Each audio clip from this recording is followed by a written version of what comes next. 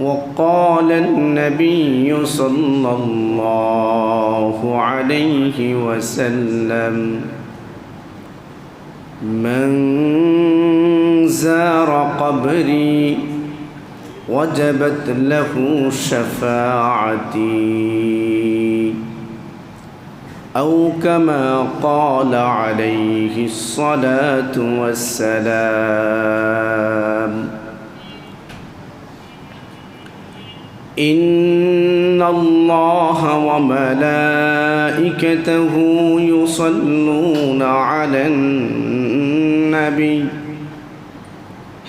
يا أيها الذين آمنوا صلوا عليه وسلموا تسليما اللهم صل على محمد وعلى آل محمد كما صليت على إبراهيم وعلى آل إبراهيم إنك حميد مجيد اللهم بارك على محمد وعلى آل محمد كما باركت على إبراهيم وعلى آل إبراهيم إنك حميد مجيد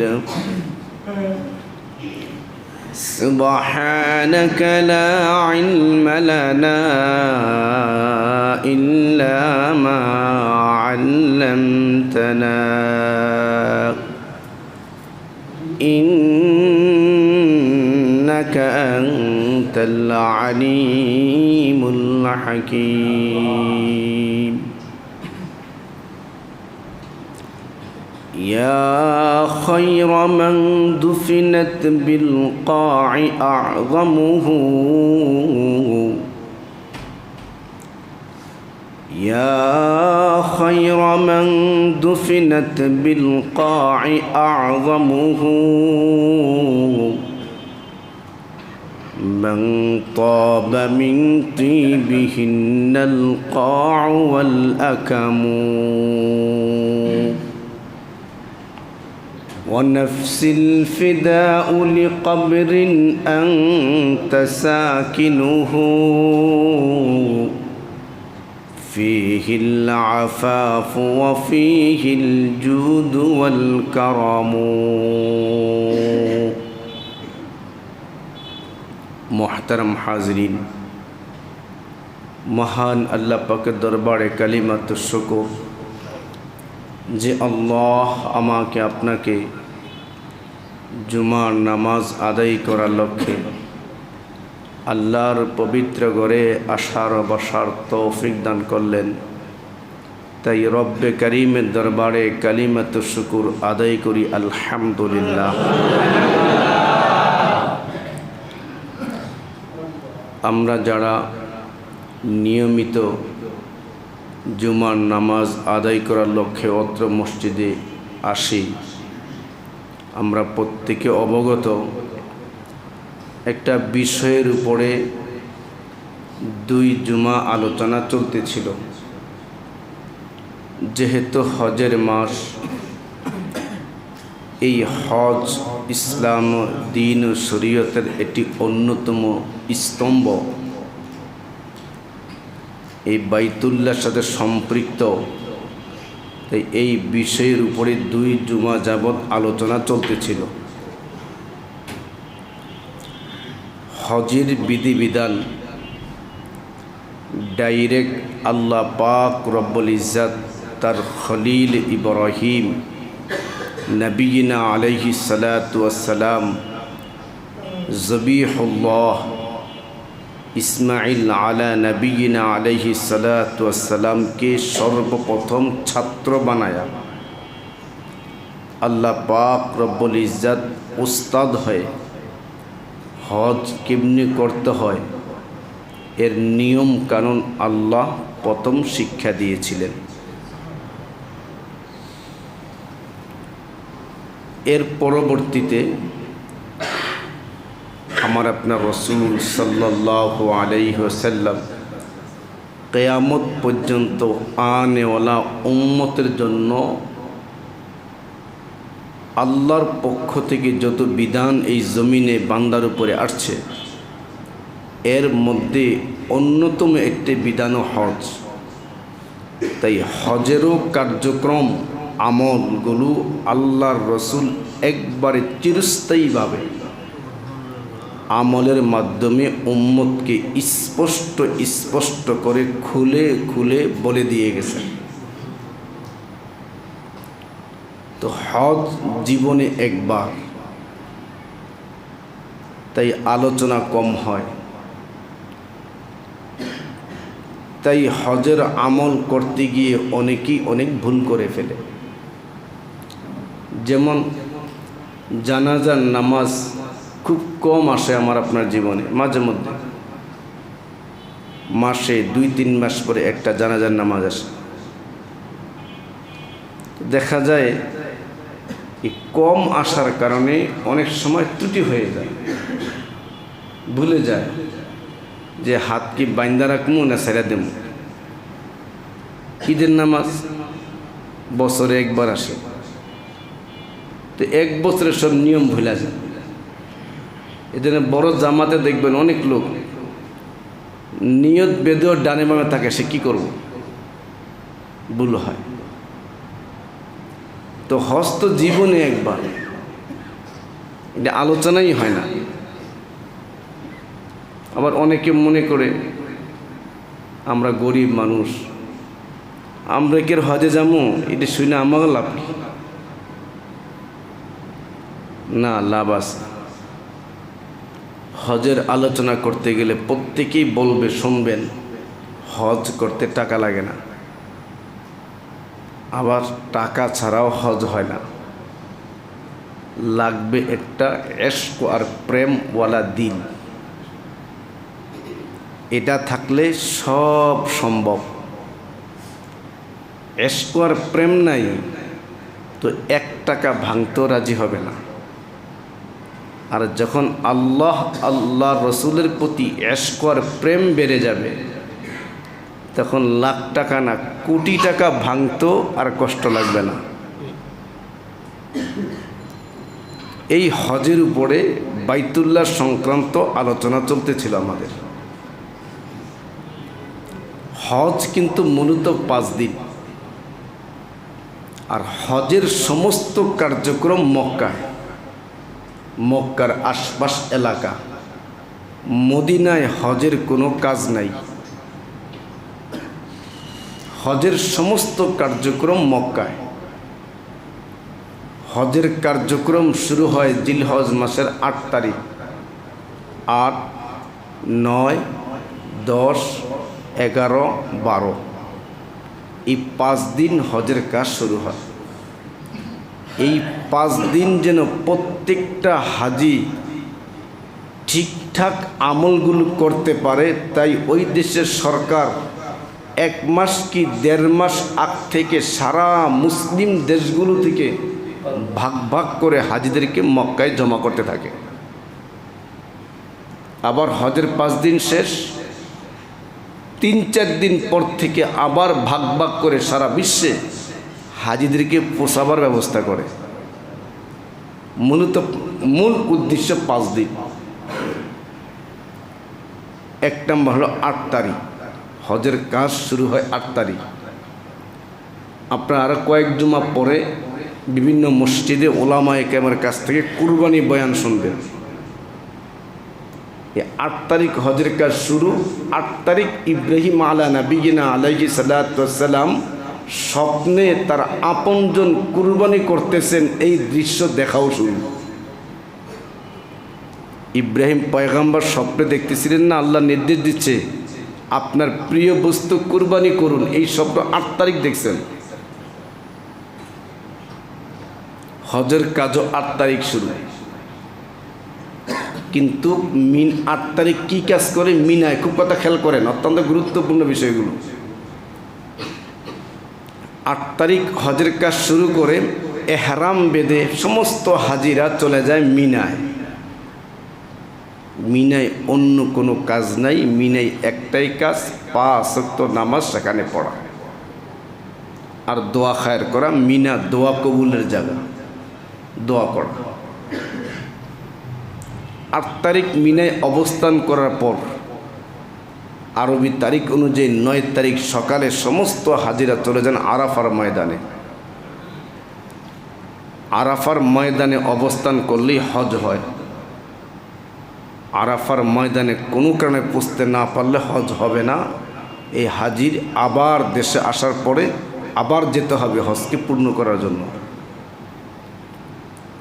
এজন্য অনেক হাজিরা হজের আগে অসুস্থ হয়ে পড়েন, এমন অসুস্থ হাঁটার শক্তি থাকে না। তখন ওদেশের সরকার প্লেনের মাধ্যমে সমস্ত অসুস্থ রোগীকে একত্রিত করে প্লেনে করে 1-2 সেকেন্ডের জন্য হলেও আরাফার ময়দানে আকাশ দিয়ে ঘুরিয়ে আনেন। আল্লাহ তাআলা বিধান এত সহজ, তোমরা আরাফার ময়দানে অবস্থান করো, কয় ঘন্টা করবা এ ঘন্টা নাই, 1 সেকেন্ড হইলেই হবে। আর আরাফার ময়দান এমন একটা জায়গা, সেখানে দোয়া কবুল হবে নিশ্চিত।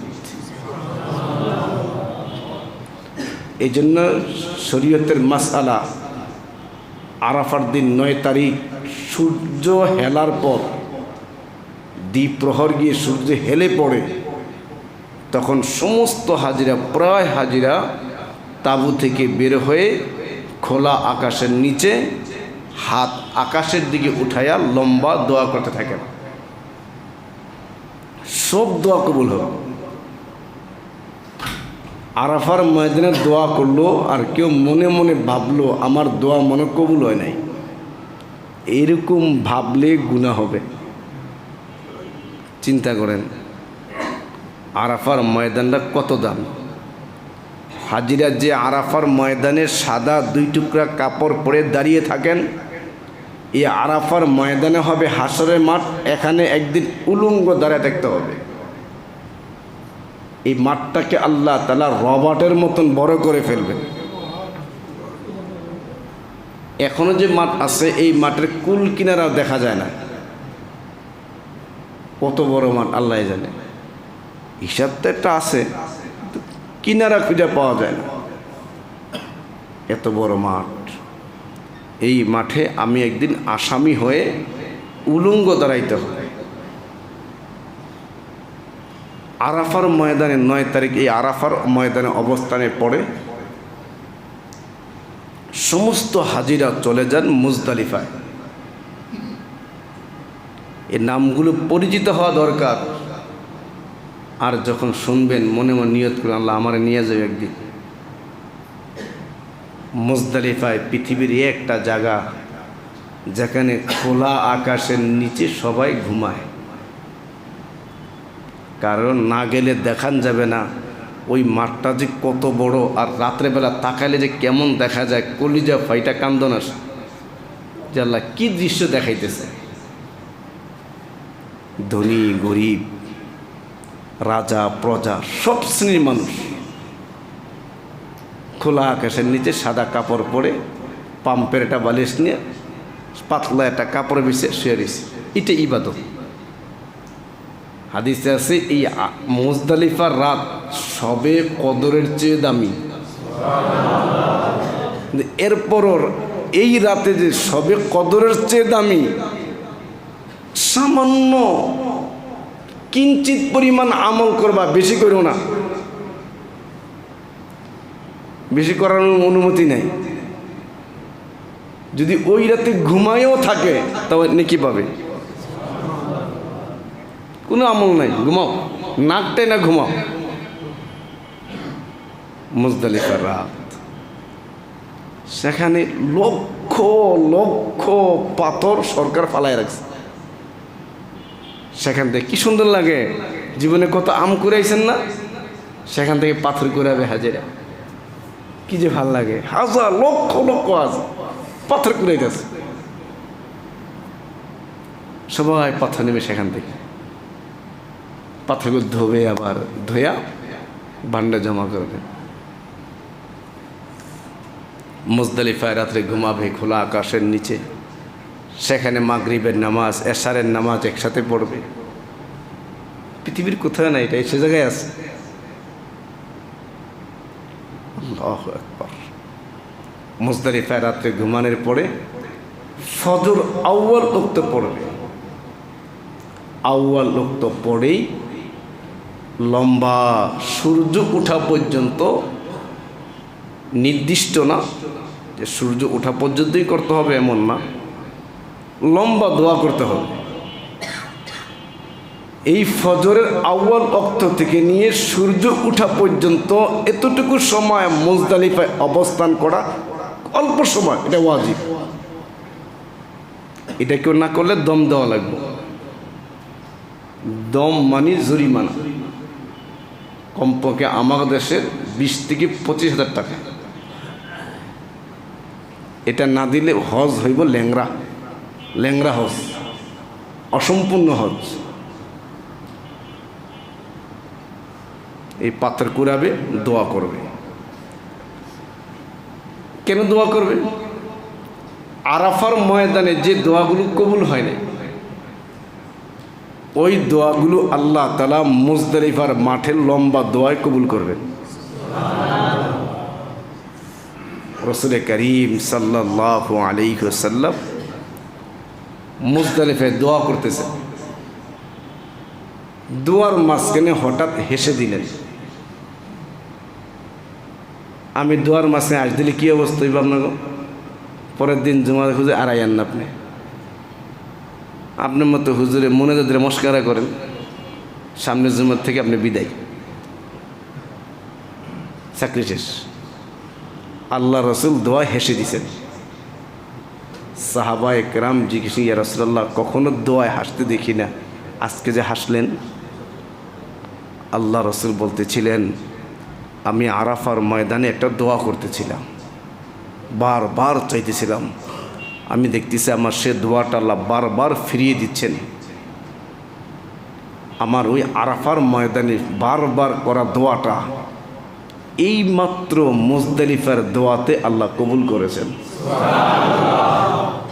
যখন আমার ওই দোয়াটা কবুল হয়ে গেছে, শয়তান তার যে সারা জীবনের চেষ্টা মেহনত ফল বিফল গেল, এই জন্য আমি দেখতেছি মুজদালিফার দূরে একটা জায়গায় বসা সে ইট পাটকেল মাটিগুলো মাথার মধ্যে দিয়ে বলতেছে, আমার সব ব্যবসা লস, আমি শেষ হয়ে গেলাম। আমি তার এই চিত্র দেখে হাসিয়া রাখতে পারি নাই, সে ব্যর্থ হয়ে গেছে, এই জন্য আমার হাসি আসছে। কেমন দোয়া! সূর্য উঠে যাবে, দোয়া করতে করতে সূর্য উঠবে। সূর্য ওঠার পরে দেখবেন ডান বাম তাকায়া লক্ষ লক্ষ হাজি সিরিয়াল ধরে পানির স্রোতে কই যেন যায়। এরা কোথাও যায় না, এরা যায় বড় শয়তানকে পাথর মারতে। সবাই যেতেছে, লক্ষ লক্ষ মানুষ। পাথর মারার জায়গায় যাইতে 5টা বা 4টা রাস্তা আছে। আপনি যে কোনো রাস্তা দিয়ে হাঁটবেন, জায়গা মতো পৌঁছে যাবেন, হারাইবার ভয় নাই। একটু আকলটা রাখলে হয়েছে, আপনি অটোমেটিক ওই পাথর মারার পাথরের জায়গায় পৌঁছে যাবেন, অটোমেটিক। এমনকি পাথর মেরে ওই রাস্তা দিয়ে এমন জায়গায় যাবেন যেখান থেকে মক্কায় যাওয়া যায়, অটোমেটিক। এগুলি সিস্টেম করা, একটু হুশ জ্ঞান রাখলে হয়েছে। আপনি হারায়া যান, যাই যান, এটা হুশ রাখলেই হয়েছে। পাথর মারবেন, শয়তানকে পাথর মারতে হয়। এই পাথর মারা আজীব গরিব একটা ভয়ের আমল। পাথর মারলেই হবে না। এই যে লক্ষ লক্ষ হাজি পাথর মারে, সেখানে তো এই 3 দিনে পাথরের পাহাড় হয়ে যাওয়ার কথা। প্রথম 10 তারিখে 7টা পাথর মারে, পরে 11 তারিখ 3 শয়তানকে 7টা 21টা, পরের দিন আবার 21টা। এরকম লক্ষ লক্ষ হাজি যে পাথর মারে, সেখানে পাথর স্তূপ, পাথরের পাহাড়ে ওই শয়তানের নামক যেই পিলারগুলো, ওই পিলারগুলো তো নিচে পড়ে যাওয়ার কথা, কিন্তু নিচে পড়ে না, পাথর তেমন জমে না। তাহলে পাথর সরাইবার আবার সরকারি ব্যবস্থাপনাও নাই, পাথরও জমে না, পাথরের পাহাড়ও হয় না, আবার পাথর সরাবার সরকারি ব্যবস্থাপনাও নাই। তাহলে পাথরগুলো যায় কই? কিতাবে আসছে, হাজি যখন বিসমিল্লাহি আল্লাহু আকবার বলে পাথর মারে, যার হজ কবুল হয়, ওই কবুলওয়ালা হাজির এই পাথরগুলো ফেরেশতা আসমানে উঠে নিয়ে যায়। কিন্তু এখন বর্তমান সরকার গাড়ি দিয়ে পাথর সরাইতে হয়, হজ কবুল না হওয়ার পাঠি বেশি। হজ করে 4 মেয়া বিয়া দিছে, এখন হাজি না করলে বেয়াই হাজি হয়ে গেছে আগে আগে, হে হাজি না হলে কেমন দেখা যায়, বুঝছেন?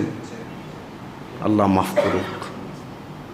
এক বেড়ায় হজ করে আইসা দোকান বাকি খাইছে 4 বছর, টাকা দেন। তো হজ করে আসছে, দোকানে গেছে, এই খাতাটা দে, আমার বাকি খাতা দে। দোকানদার তো খুশি, যাক আল্লাহ হজ করে আইসা দিল্লা ঘুরছে, আমার 4 বছরে বাকি টাকা দিব।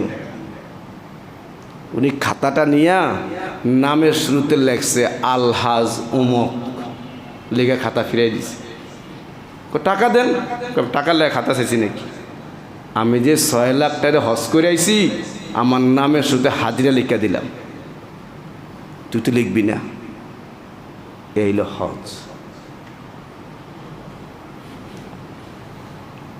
এখন তো প্রায় হাজিরা হজে গিয়ে ছবি তোলে, বিনা কারণে ছবি তোলে। এটা আমিও তুললে আমারও গুনাহ হবে।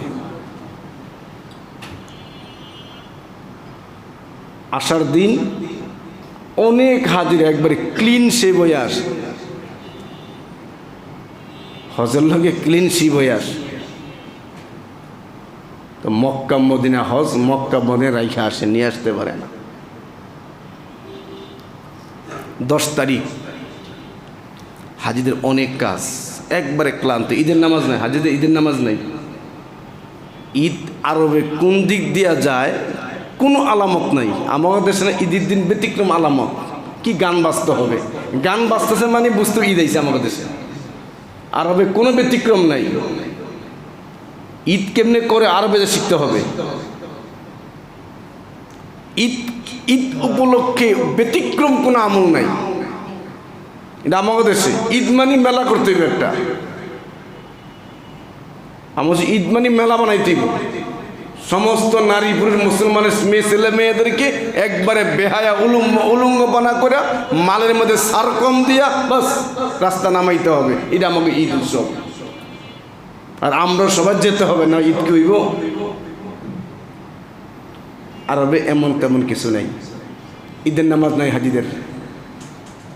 10 তারিখ পাথর মেরে হাজিরা চলে যাবে, মক্কায় যাবে তার কুরবানি করার জন্য। মিনা যদি কুরবানি বাজার হাট, কিন্তু তার কাজ আছে পাথর মেরে সে তার কুরবানির জন্য পেরেশান, কুরবানি করছে কিনা। লক্ষ লক্ষ হাজি, লক্ষ লক্ষ প্রাণী জবাই হবে, মিস্টেক হবে, 8 পিস হবে। কারো কুরবানি হতে হতে এশারের টাইম রাত 2টা বেজে যায়, আর কুরবানি হয় না এখনো। হাজি বসে আছে, মাথা না কামায় পেরেশান, কি করব, ক্লান্ত। 8 তারিখ 9 তারিখ 10 তারিখ পর্যন্ত বাঙালি খাবার নাই। ওই দেশে এজেন্সি খাওয়ান দেয়, দেখলে কলজা ঠান্ডা হয়। খাওয়ান দিছে আমারে, মুখ দিয়ে খাওয়ান যায় না। হাজিরা না খাইতে না ক্লান্ত হয়ে যায়, শুকনা খাবার খায়।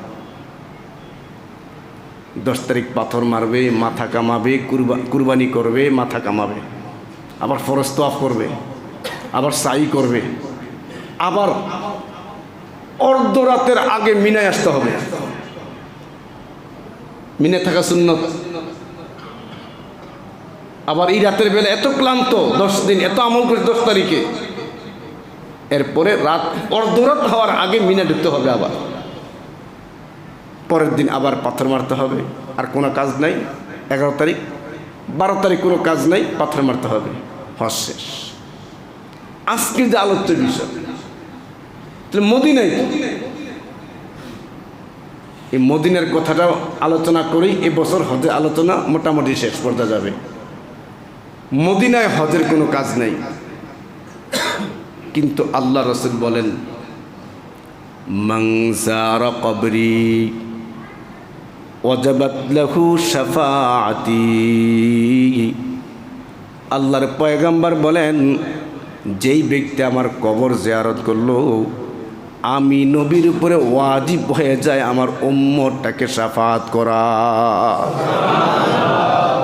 এই জন্য মদিনায় দৌড়ে যাই। এই যে আমরা নবীর উপর দুরূদ পড়ি, আমরা এখন নবীর রওজা থেকে বহু দূর, এখন দুরূদ, এখন সালাম না। নবীর রওজার সামনে গেলে দুরূদ না, সালাম। এখন পড়ি দুরূদ,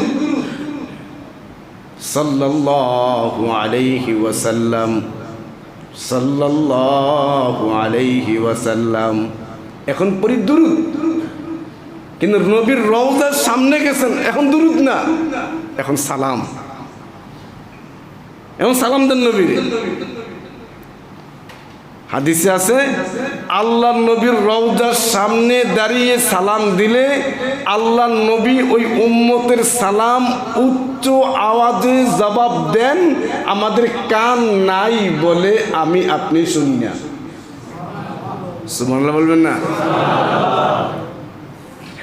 বর্তমান বিশ্বের সবচেয়ে বড় আলেম যাকে মনে করা হয় আল্লামা জাস্টিস তকি ওসমান, ওনার বাবার নাম শফি সাহেব রহমতুল্লাহ আলাই, পাকিস্তানের বড় মুফতি সাহেব, যিনি তাফসিরে মারিফুল কোরআনের লেখক।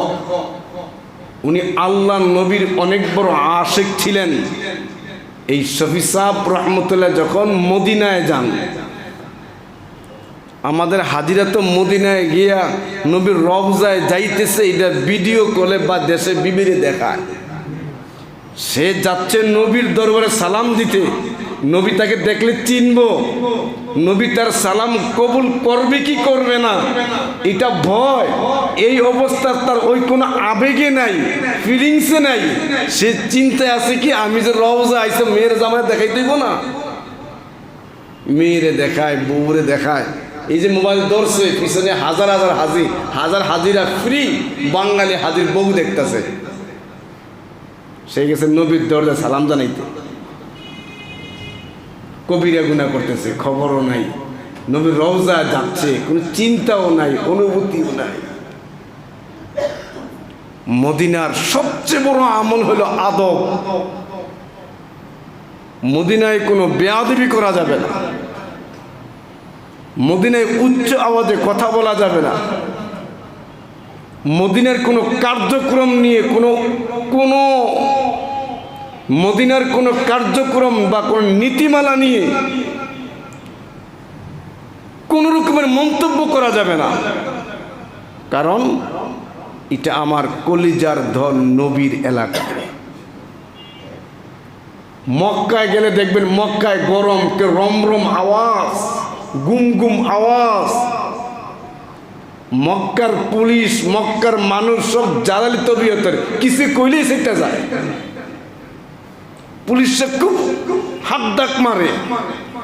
কিন্তু মদিনায় ঢুকে দেখবেন কোনো পুলিশ হাত ডাক নাই, কোনো সাধারণ জনগণ হাত ডাক নাই। কেমন জানি মদিনার আলো, বাতাস, বালি, কোনা, ইট পাটকেল, ওরাও আদো বলা, ওরাও আওয়াজ করে না, নীরব নিস্তব্ধ। এই শফি সাহেব রহমতুল্লাহ আলাইহি গেছেন আল্লাহর নবীর রওজা সালাম জানাইতে, কিন্তু ওনার অন্তরে ভয়, আমি যে সালাম দিমু রসুল যদি আমার সালাম কবুল না করে তাহলে হাজির হইয়েও তো বেয়াদব হইলাম, গায়রাজির থাকা ভালো। হাজির থাইকা বেয়াদবি করে বঞ্চিত হওয়ার চেয়ে অনুপস্থিত থাকাই তো ভালো। এত বড় হাস্তি, এত বড় আলেম, যার দ্বারা দ্বীন ও ইসলামের অনেক উপকার হয়েছে, এমন অবদান ইসলামে ওনাদের, এরকম অবদান আর কেউ রাখতে পারবে কিনা এটাও সন্দেহ আছে। এত অবদান ওনাদের ইসলামের প্রতি। 7 খণ্ডে আল্লাহর কালামের সংক্ষিপ্ত তাফসির লেখছেন, এত গ্রহণযোগ্য তাফসির আর কেউ লেখক লেখলে জাতি গ্রহণ করবে কিনা তাও তো নিশ্চয়তা নাই। ওনারটা কবুল করছে এমন কোনো মাদ্রাসা নাই, এমন কোনো আলেম নাই এই তাফসির করে না। এমনকি সৌদি সরকার সেই 7 খণ্ডের তাফসিরকে সংক্ষিপ্ত 1 খণ্ডে নিয়ে আসছে, বিনা পয়সায় সারা দেশে বিতরণ করে। কত কবুল কিতাব। সেই কিতাবের লেখক নবীর রওজায় গেছেন, সালাম দিতে ভয় পান, আর আমরা যাই দেউরে লাভ দিয়ে পড়তে। ফোনে কথা কয়, আর উনি ভয় পাচ্ছেন নবীর রওজায় কেমনে যান।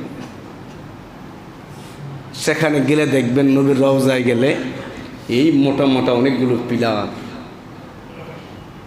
উনি এরকম একটা পিলারের পিছনে দূরে দাঁড়িয়ে নবীকে সালাম দিলেন, কাছে যান নাই, দিয়ে চলে আসছেন। দ্বিতীয় দিন আবার গেছেন সালাম দিতে, নবীর রওজার সামনে গিয়ে সালাম দেওয়া যায়, উনি সেখানে জানা ভয় পান, সালাম দিয়ে ফিরে দেয়। আমি নবীকে যদি সুন্নত মতো না মানি, নবী আমাকে যদি না চিনে, আপনি বড় শখ করে গেছেন কমিশনের কাছে, চল আমার চিনে, যা দেন আপনি পাত্তাই দেয় না, তো এই মুখ কই রাখবেন। উনি দ্বিতীয় দিনে ওই মোটা পিলারের পিছনতে সালাম দিয়ে চলে আসছেন। তৃতীয় দিন আবার গেছেন নবীকে সালাম দিতে, সামনে যান না,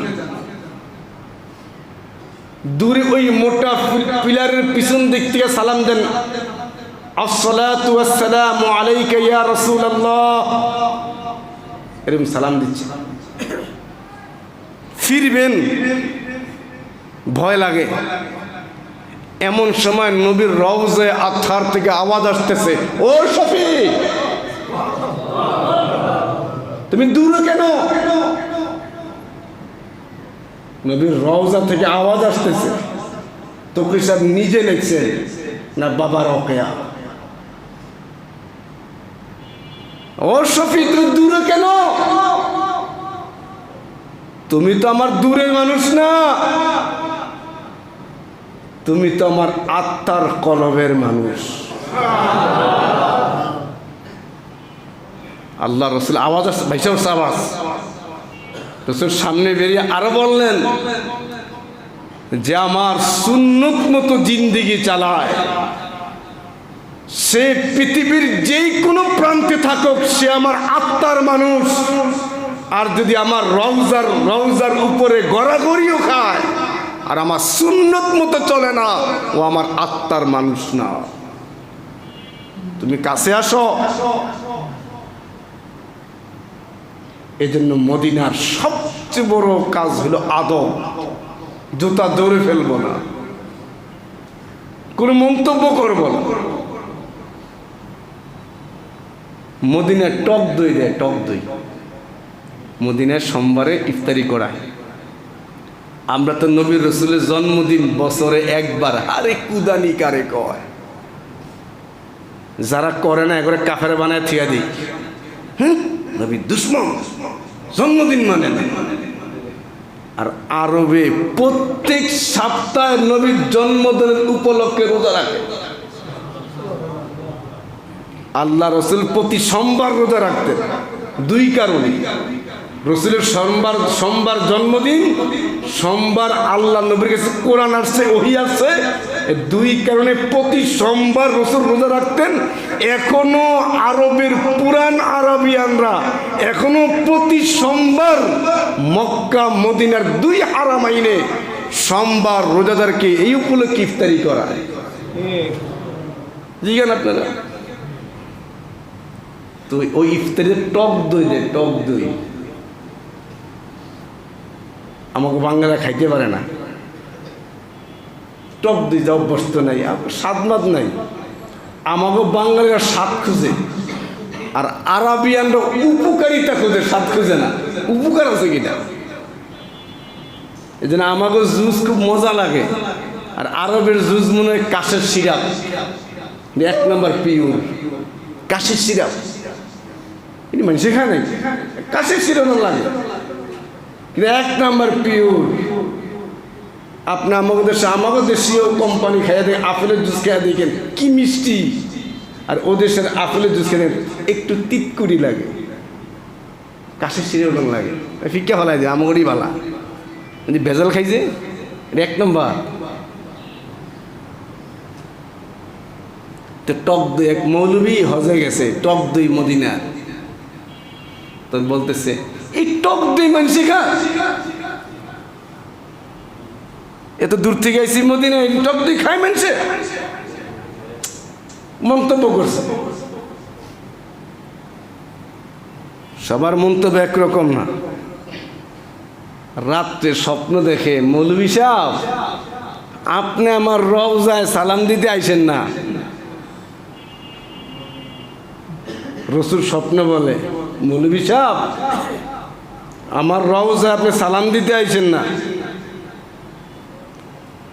আমার শহরে আইসা, যেই শহরকে আমি নবী রসুল দোয়া করছে, আল্লাহ আপনি মক্কায় যে বরকত দিছেন 1 রাকাতে 1 লক্ষ, আমি যে মদিনায় শুয়ে আছি, এই মদিনা শহরে মক্কার চেয়ে বরকত ডবল দিবেন। আমি দোয়া করলাম এই, আর তুমি আমার মদিনার দইয়ের ভুল ধরো, আমার রওজায় আইসো না। বলেন কি অবস্থা হইব? আর এক কথা মনে পড়ে গেছে, এক হাজি মক্কায় তোয়াফ করে ক্লান্ত শরীরটা নিয়ে বাইতুল্লাহ চত্বরে বসে রয়েছে। এখনও দেখবেন মাগরিবে পরে বাইতুল্লাহ চত্বরে মক্কার আরাবিয়ান ছেলেরা বা আমাকে বিভিন্ন দেশের ছেলেরা দুষ্টামি করে, খেলাধুলা করে, দৌড় দেয়। বিশাল মাঠ তো, বিশাল বারিন্দা। অনেক আরাবিয়ান মেহমানরা তাদের বাচ্চা কাচ্চা ফ্যামিলি নিয়ে চলে আসে। এগুলো একাধিক বিবি থাকে, একাধিক বাচ্চা, খাবার খায়, খেলে, দৌড় দেয়, এই জন্য ঘাড়ে গিয়া পড়ে। ও তো বাচ্চা মানুষ, হাজি আসতেছে, ওর গায়ে ধাপ পেরে গেছে, আপনি ব্যথাও পাইতে পারবেন। হয় এরকম দেখবেন গেলে। এক হাজি বসে আছে, ছোট্ট বাচ্চা বল খেলতেছে, একটা বল কিছু নিয়ে খেলতেছে। হাজি বসা ক্লান্ত গায়ে এসে পড়ছে। কিছু কররা মেজাজে মানুষ আছে না, মন্তব্য করতে সময় লাগে না। বলটার ব্যথায় লাগছে, এমন সময় মুখ দিয়ে ফাট করে বের হয়ে গেছে। আগে জানতাম আমাদের দেশের ছেলেরা দুষ্ট, এখন দিয়ে মক্কার ছেলেও দুষ্টামি করে। দেখছো, আমরা কই না হুজুর রে খারাপ। আরে ভাই আমি খারাপ হইতে পারি, আমার চরিত্র খারাপ হতে পারে, আমার মতো হাজারো আল্লাহর বান্দা আছে চোখের পলক পরিমাণ গুনাহ করে না। আপনি যেমন হুজুররাই খারাপ, দুনিয়ার সব হুজুররা অন্তর্ভুক্ত। কারে কথা বলছে? এই হাজি বলে ফেলছে মক্কার ছেলেরাই খারাপ। আগে জানতাম আমাদের দেশের ছেলেরা দুষ্ট, এখন এই মক্কার ছেলে ফেলেও দুষ্টামি করে। বাস দিন কাটাইছে। পরের দিন মদিনায় যাইব। রাতে স্বপ্ন দেখে রসুল বলতেছে, সাবধান, আমার মদিনার দিকে 1 পা তুই দিবি না,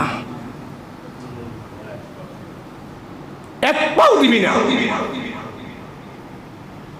কাফার শুরু হয়ে গেছে গা। রসুল বলে, আমি মুহাম্মদ কোন এলাকার ছেলে? আমার জন্ম কোন জায়গায়? আমার 14 পুরুষ ঘুমাইছে কোন জায়গায়? যেই মুখ দিয়া বললি মক্কার ছেলেরাই দুষ্ট, বল আমি মোহাম্মদ মক্কার ছেলে কিনা বল। তো আমাকে দুষ্ট বলে গালি দিয়া এই জবান দিয়ে আমাকে সালাম তুই কেমনে দিবি? সাবধান, তুই আসবি না। আল্লাহকে গালি দেন, আল্লাহ সহ্য করে। হ্যাঁ, আল্লাহর লাগে উল্টা পাল্টা আল্লাহ সহ্য করবে। এই জন্য আল্লাহ পুরা 30 পারা কোরআনে নিজের পরিচয় বারবার নবীকে কাফারা জায়গায় আল্লাহর পরিচয় দেন, আল্লাহর পরিচয় দেন। আল্লাহর পরিচয় আল্লাহ দিতে গিয়ে একটা কসমও খায় নাই। আমি আল্লাহ কসম খাইলাম একজন, বলে নাই। আল্লাহ সাদা সিধা বলতেছে, কুল হু আল্লাহু আহাদ আল্লাহুস সামাদ লাম ইয়ালিদ ওয়া লাম ইউলাদ ওয়া লাম ইয়াকুল লাহু কুফুয়ান আহাদ। আল্লাহর পরিচয় বয়ান করতে গিয়া মক্কার কাফেরদের সামনে আল্লাহ একটা কসম খায় নাই। কিন্তু মক্কার কাফেররা যখন বলছে মুহাম্মদ পাগল, মুহাম্মদ নেশাগ্রস্ত, আল্লাহ চুপ থাকতে পারে নাই। আল্লাহ বলেন নুন ওয়াল কলামি ওয়া মা ইয়াসতুরুন, নুন ওয়াল কলম, কলমের কসম, কলমের লেখার কসম। আমার নবীকে পাগল বলো, আমার নবী পাগল না, আমি রব কসম খায়া বলতেছি। আল্লাহর পরিচয় জিজ্ঞেস করলে কসম খায় নাই। কিন্তু নবীর ইজ্জতে আঘাত করতে দিলি আল্লাহ বলেন ওয়াল কলামি ওয়া মা ইয়াসতুরুন ওয়া মা আনতা বিনিআমাতি রাব্বিকা বিমাজনুন। আমি রব বলতেছি, আপনি আপনার রবের দয়ায় আপনি পাগল না। আল্লাহ কসম খাইলেন কেন? হাতিকে মারবেন, কিচ্ছু বলবে না। হাতির বাচ্চার গায়ে আঘাত করবেন, হাতি গোষ্ঠী সহ ছাড়বেন। আল্লাহকে বলবেন, আল্লাহ কিচ্ছু বলবেন না আপনাকে। মদিনা নিয়ে মন্তব্য করবেন, মদিনায় গিয়া বেয়াদবি করবেন হাজি, আল্লাহ ছাড় দিবে না। ওই যে হাজি বলছে মদিনার দই তো টক পিড়ি খায় মানছে। রসুল পরের দিন রাত্রেই বলে সাবধান, আমার কবরে আবি না, আর তুই দ্রুত মদিনা থেকে বের হ, বের হ। এই স্বপ্ন ওই এলাকার বড় আলেমের কাছে বলছে, হুজুর এই কাজ তো করে ফেলছে। ওই আলেম বলে দ্রুত মদিনা ছাড়েন, আপনি ছাড়েন, বের হন। যদি গার্তারামি করেন মরণকালে ঈমান নসিব হবে না। যে মদিনায় কোনো মন্তব্য নাই, মক্কায় কোনো মন্তব্য নাই, হাজি সাবধান। আমরা মক্কা মদিনার লোকের দোষ দেখি, গুণ দেখি না। অনেক গুণ আছে এদের, অনেক গুণ আছে। পুরা মক্কা মদিনায় ফ্রি চা খাইবেন, একটু বিরক্ত হইব না। এক হাজি বারবার চাচ্ছে, বিরক্ত হবে না। আর আপনি একবার ফ্রি কিছু দিচ্ছেন, একবার নিচে আবার হাত আপনি এই মাত্র চা আনছেন ওনার কাছ থেকে, উনি আবার দিবে আপনাকে, আপনাকে ধাক্কা মারবে না, বেয়াদবি করবে না। এদের দোষ দেখি, গুণ দেখি না। নবীর রওজায় সালাম খুব আদবের সাথে যেতে হয়। আমাদের মাযহাবের ইমাম আবু হানিফা রহমতুল্লাহ আলাইহি, আমরা ওনার সমালোচনা করে কিছু ভাইয়েরা, উনি মদিনায় গেছে, মদিনার আমল শেষ, মদিনা থেকে দেশে চলে যাবেন। কিছু লোক ওনাকে পাইয়া ধরছে, হুজুর যায় না। অনেকে হানাফি মাযহাবের গালি দেয়, ইমাম আবু হানিফাকে গালি দেয়, উনি মুশরিক, উনি শিরকি আমল, আল্লাহর রাসূলের বাদ দিয়া মানুষ মানতে উনি বাধ্য করে নীতিমালা বাড়ি করে গেছে। মাযহাবে গালি দেয়। যারা এভাবে হজে যাচ্ছেন, আল্লাহ নবীর রওজার পরে কয়েকটা 4টা ছাতা আছে খালি জায়গা,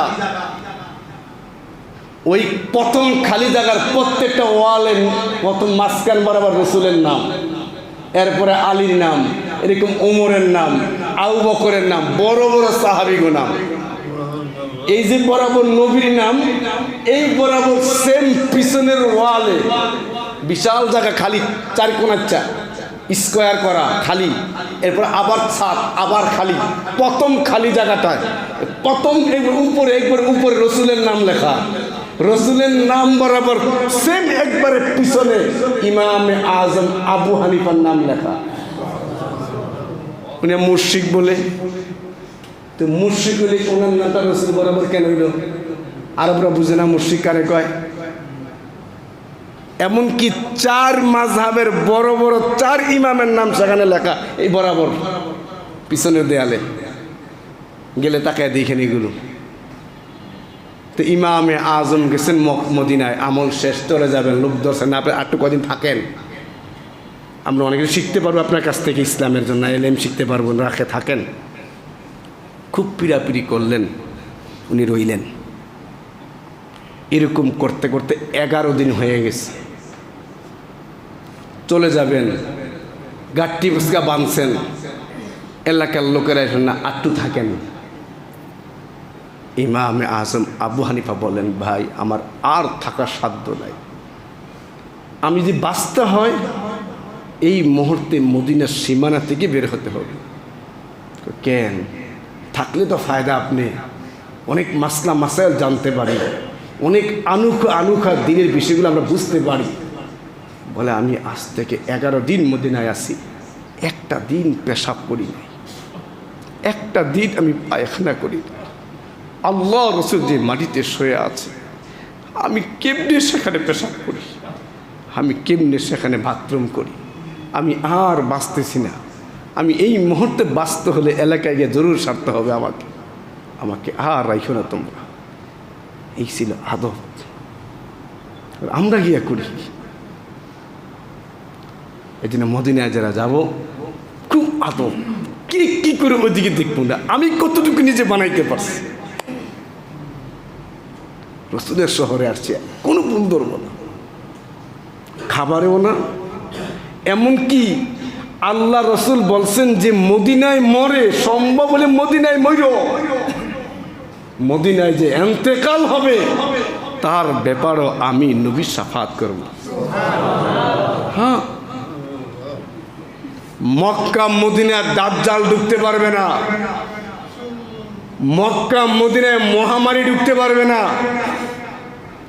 এই জন্য যখন কিয়ামত ঘনায়া যাবে, দাজ্জাল আসার অবস্থা হয়ে যাবে, তো আল্লাহ পাক তখন মক্কা মদিনার জমিনকে একটা ঝাঁকুনি মারবেন। মক্কায় ঝাঁকুনি হবে না, মদিনায় ঝাঁকুনি হবে না, কিন্তু একটা ঝাঁকুনি হবে। ওই ঝাঁকুনি দেখে যারা মুনাফিক মার্কা মুসলমান, ওরা তখন মন্তব্য করে, এই মক্কায় না ঝাঁকুনি হবে না, হইল যে এন নিরাপদ না রে, বাড়িয়ে জায়গা। এই ঝাঁকুনি দিয়া সব আবর্জনা আল্লাহ বের করে ফেলবেন, সব মুনাফিক বের করে ফেলবেন।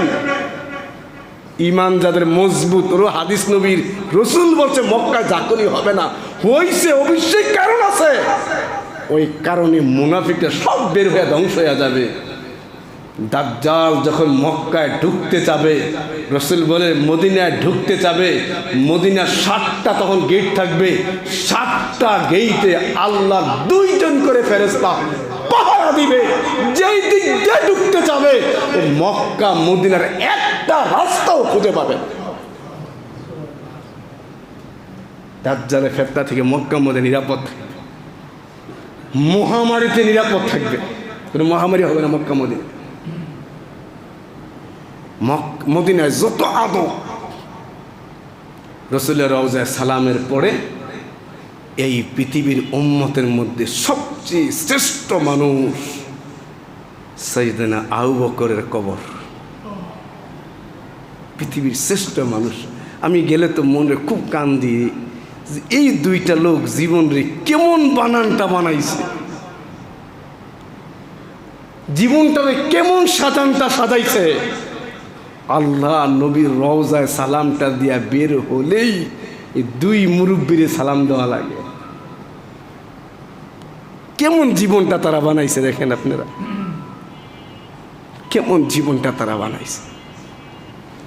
সাইয়েদনা আবু বকর আল্লাহ নবীর জান ছিল,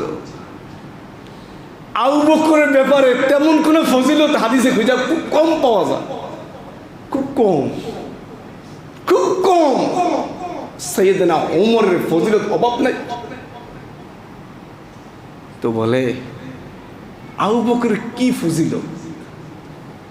কেউ যদি আল্লাহর নবীকে খুঁজতে চায়, কেউ যে আল্লাহর নবীকে খুঁজতে চায়, কেউ যে আল্লাহর নবীকে বুঝতে চায়, কেউ যে আল্লাহ নবীকে দেখতে চায়, যদি এই পাশে রসুল দাঁড়ায়, ওই পাশে আবু বকর দাঁড়ায়, সেম তাকাইলে আল্লাহর নবীর সাথে আর আবু বকরের সাথে এই পরিমাণ মিল তো বুঝতেই পারবেন না। এরকম আল্লাহর নবীর জবান দিয়ে 3-4 মাইল দূরের পথ রসুল এটা মন্তব্য করছে, 3-4 মাইল দূরে আবু বকর অবস্থান করতেছেন, যেই বিষয়ে রসুল যেই মন্তব্য করছে, কারো মুলাকাত নাই, দেখা সাক্ষাৎ নাই, অন্তরের কালেকশন এই পরিমাণ, 3-4 মাইল দূরে অবস্থান রসুলের, যেই মন্তব্য সেম শব্দে 2-2.5 মাইল দূরত্বের দূরে আবু বকরকে প্রশ্ন করেন, আল্লাহ নবীর শব্দ দিয়ে একই মন্তব্য বের হয়। হ্যাঁ, কোনো পার্থক্য হবে না। আল্লাহ নবীর সাথে তার এত মিল ছিল, এটা সবচেয়ে বড় তার নেয়ামত। সাইয়েদনা আবু বকরকে সালাম দিতে হয়, এরপরেও সাইয়েদনা ওমরের কবর, তাকে সালাম দিতে হয়। কি জীবন তারা বানাইছে! সালাম দিয়ে বের হয়ে দোয়া করে মানুষ দাঁড়ায়। আমি এটা শের পড়ছি, এই শেরগুলো আল্লাহ নবীর রওজার সামনে 2টা পিলার আছে, ওই পিলারে গায়ে লেখা আছে, ইয়া খায়রা মান দুফিনাত বিল কা'i আ'যামুহু, ইয়া খায়রা মান দুফিনাত বিল কা'i আ'যামুহু, ফাত মান তাবা মিন তিবিহিন্নাল কা'উ ওয়াল আকামু। এক গ্রাম্য বহু দূর থেকে সফর করে আল্লাহ নবীর রওজায় আসছে। আয়েশা বলে, আল্লাহর কালামের আয়াতকে সামনে নিয়ে ওই গ্রাম্য লোকটা বলতেছে, ইয়া রাসূলুল্লাহ, আল্লাহ তো বলছে, ওগো হাবিব, আপনার কাছে কোনো গুনাহগার উম্মত যদি আয়েশা বলে, ইয়া রাসূলুল্লাহ, আমার তো গুনার বোঝার অভাব নাই, গুনার গুনাহ, আমার গুনাহজন আল্লাহ মাফ করে দেয়, আপনি নবী আল্লাহর কাছে সুপারিশ করেন। কোন আয়াত? উম্মতের গুনাহ মাপের ব্যাপারে রসুল আল্লাহর কাছে শাফাত করতে পারবেন, সুপারিশ করতে পারবেন, গুনার রসুল মাফ করতে পারবেন না। তো ওই গ্রাম্য লোকটা এসে আল্লাহর কালামের ওই আয়াতকে মাধ্যম মানে বলতে, রসুল আমি তো গুনাহগার, আপনি একটু শাফাত করেন না, আল্লাহকে সুপারিশ করেন, আল্লাহ যেন আমার গুনাহটা মাফ করে দেয়। এই আয়াতগুলো পইরা, কথাগুলো বইলা সে আল্লাহ নবীর গুণ গাইতেছে, ইয়া খায়রা মান দুফিনাত বিল কা'i আ'যামুহু, মান তাবা মিন তিবিহিন্নাল কা'উ ওয়াল আকামু, ওয়া নাফসুল ফিদাউ লিকবরিন আনতা সাকিনুহু, وفيه العفاف وفيه الجود والكرم। ওগো নবী, আপনি যে মাটিতে শুয়ে আছেন, আপনার অবস্থান, মাটির অবস্থান বড় দামি, কিছু করেন না আমার জন্য? এই কবিতাগুলো আল্লাহ এত পছন্দ করছে, ওই কবিতাগুলো আল্লাহ নবীর রওজার পিলারে এখনো ছোট্ট করে লেখা আছে। না আলেমরা গেলে, তলাবারা গেলে এখানে পাবে, এগুলো খুঁজলে। এই দোয়া খায়ের কান্নাকাটি করে বের হচ্ছে, পাশে রসুল কবরে পাশে একজন আল্লামা ওতাইবি রহমতুল্লাহ আলাই মোরাকাবা করতেছেন, আমল করতেছেন। ওই মোরাকাবার হালাতে আল্লাহ নবী তাকে মোলাকাত দিয়া বলে, এই যে লোকটাই মাত্র কথাগুলো বইলা গেল, আমি তার জন্য আল্লাহর কাছে সুপারিশ করব, ওয়াদা করলাম। এই জন্য আল্লাহ নবীর রওজায় গিয়ে কি বলতে হয় সালামের পরে? ইয়া রাসূলুল্লাহ, আপনি আমার জন্য গুনাহ মাফের শাফাত করেন। সালাম দিয়ে বের হবে। মদিনায় আরেকটা জায়গা আছে, রিয়াজুল জান্নাহ। ওই জায়গায় মোটা মোটা অনেকগুলো পিলার আছে, প্রত্যেকটা পিলারের বৈশিষ্ট্য আলাদা। প্রত্যেকটা রাসূল এমনও বলছেন যে রিয়াজুল জান্নায় এমন একটা জায়গা আছে যেখানে 2 রাকাত নামাজ পড়লে তার নামাজটা কবুল হয়, দোয়া করলে দোয়াটা কবুল হয়। কিন্তু রাসূল জায়গাটা চিহ্নিত করে কাউকে বলে যান নাই, আম্মাজানকে বলে গেছেন। ওই জায়গাটা চিহ্নিত আছে, ওই পিলার দিয়ে চিহ্নিত। সেখানে উস্তানে আয়েশা, উস্তানে আবু লুবাবা পিলার আছে। উস্তানে সারির, আল্লাহ রসুল এতেকাফ অবস্থায় যেখানে খাট বিছিয়ে বসতেন ওই পিলারটা দেওয়া আছে, সেখানে উপর লেখা আছে, আরবি পেঁচানো তো অনেকে বুঝে না। আল্লাহ রসুলের রওজা, এই যে আম্মাজানের ঘরে রসুলের কবর, এই যে রওজা, এই রওজা থেকে এরকম একটু দূরে ওই পর্যন্ত রসুলের মিম্বার এখন আছে। রসুল যেই মিম্বারে নামাজ পড়াইতেন মেহরাবে, রসুলের সেম জামানার মেহরাব এখনো আছে। রসুল যেই মেহরাবে নামাজ পড়াতেন মেহরাবটা এখনো আছে। রসুলের মেহরাব আর রসুলের এই যে রওজা, এই মাঝখানের জায়গাটা রসুল বলছেন রাউদাতুম মিন রিয়াজিল জান্নাহ। এই জায়গাটার 2 ব্যাখ্যা। এখানে যে জায়গাটা আছে এই জায়গাটা হুবহুব জান্নাতে আছে, না হয় জান্নাতে হুবহুব একটা জায়গা এরকম আছে।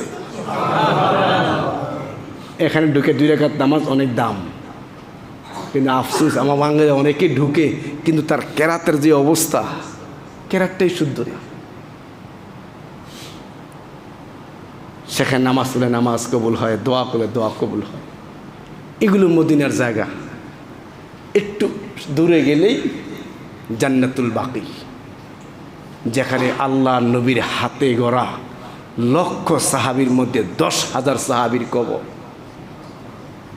প্রত্যেকটা সাহাবী জান্নাতি, কিন্তু চিহ্নিত নাই। 2 সালাম দিয়ে দোয়া করেন, তাদের ত্যাগ আর কুরবানির কথা ভেবে চোখের পানি ফালান। ইসলাম এমনি পাইছি, এই হজ করতে নির্বিঘ্নে আসি, কেউ বাধা দেয় নাই। এই সাহাবীর ত্যাগ আর কুরবানির কারণে পরিবেশ হয়েছে।